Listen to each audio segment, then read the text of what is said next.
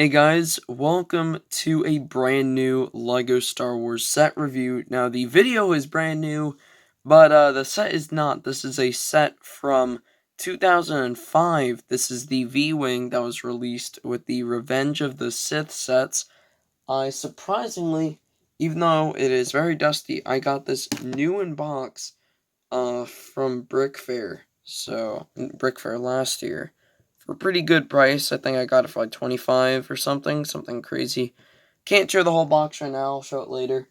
I probably should have live streamed building this when I did get it, but it was a year ago, so I can't really fix that now. But I can review this pretty cool set for you guys. Alright, so the one and only minifigure in this set is this clone pilot, and I've always loved this design for the clone pilot. The helmet is a very interesting looking helmet. Of course, this is back when they did open visor helmets. And one thing that I've always found with this minifigure is, while I love the helmet, I almost find it unrecognizable as a pilot, besides that really cool, like, torso that is obviously a pilot torso. You can see more of that by unarming him. This nice classic Star Wars blaster, the little megaphone with the stud.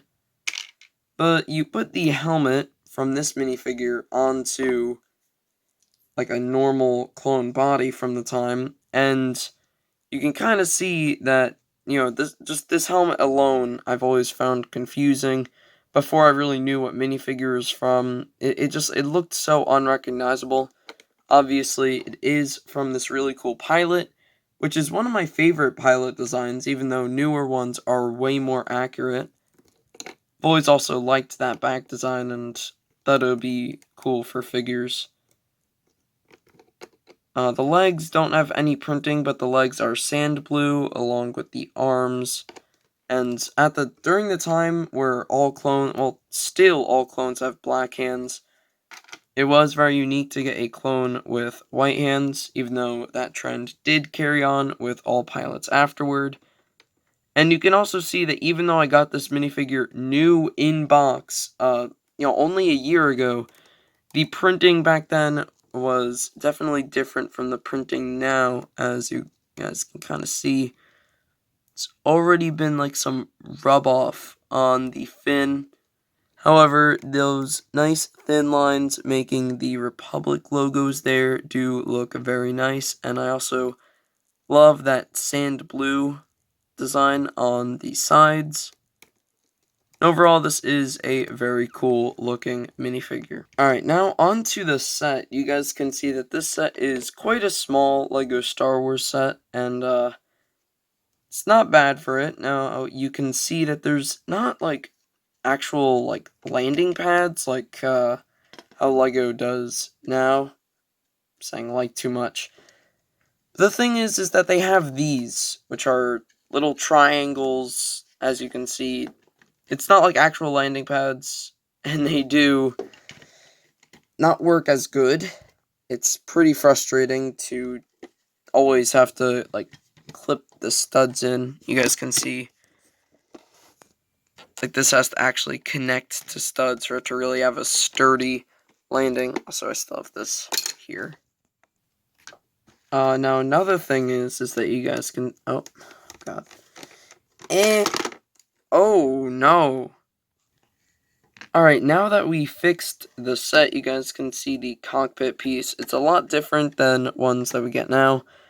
And, it doesn't open, it just ungoes. And one thing, I'm sure not everyone has had this issue, because obviously a lot of people have this set, but for some reason, I don't know why it was uneven. And I don't know why it's like tilted, it's open. But there's just little inaccuracies and stuff like that you see a lot in older sets, and it doesn't make them bad. They're still very cool display models, and also, most of all, play pieces for smaller kids and younger kids. Obviously, I think at this point, only like collectors are gonna have their hands on this set. It's an old set, so I don't necessarily see a lot of younger kids playing with it. And overall, I think that also might be a good thing, because newer iterations of this set and overall newer sets have way better play features. Like you'll see this one barely has any. Now these actually do open up to make sort of wings, which are too big to fit in frame, but they make like these vertical wings. And if you did not know, in Star Wars lore, the V-Wing is actually the predecessor to the TIE Fighter, which I've always found kind of surprising, but it kind of makes sense.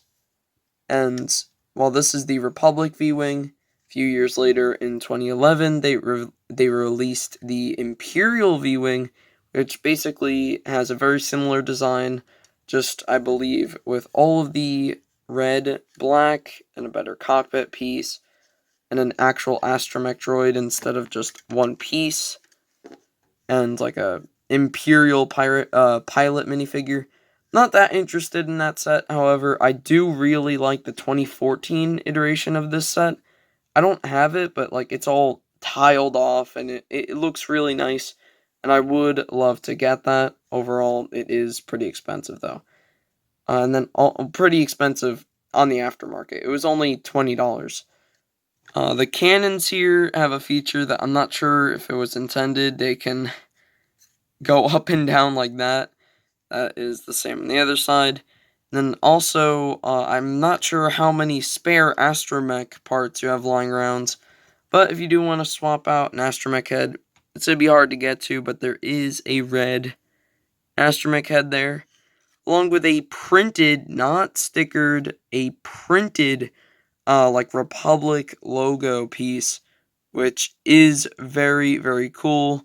And I mean, one thing, obviously now that would be stickered, but even 7 years ago, I'm pulling this off of the 2013 gunship. This piece, I'm not sure if you can see, is stickered. So, definitely a bit of a fall from grace there. I would have loved to see if they continued printing them, as something as important as a Republic logo should never be off-centered, and just LEGO, stop trusting us with stickers. They're too hard. Now the engines also are just two little small dish pieces, and they spin around a lot, so look at the studs there. That might get your OCD going if you let it, if it's too bad. And then also these are little hinges. These aren't like wings. These are actually a part of like the ship itself, the main body of the ship. As you can see, it definitely looks quite wrong without it. It just that does not look right. So this sort of just adds to the body of the ship. I am guessing this would be not really armor, but just like a part of the continuous shape of the ship. Obviously, it's a 2005 set. It's not going to be like it is going to be a masterpiece, but it's not going to be, a masterpiece that would compete with LEGO Star Wars designs now. Overall, the box is a classic looking box with Mustafar and Darth Vader in the background. I'm not sure if that's supposed to be Alderaan getting blown up. You can see the information about the set. This is a really dusty box. It was dusty when I got it, though, so can't blame me, but jeez. Some artwork at the side there. I love the background of the minifigure in a Venator. And I would love to make some of these alternate builds one day. They do look pretty cool. Some nice little shots of the V-Wing. And then some of the other builds and other sets from the Battle of Coruscant. And I have that one, guys. I have it. I'm going to be live streaming the build. That's going to be really, really cool.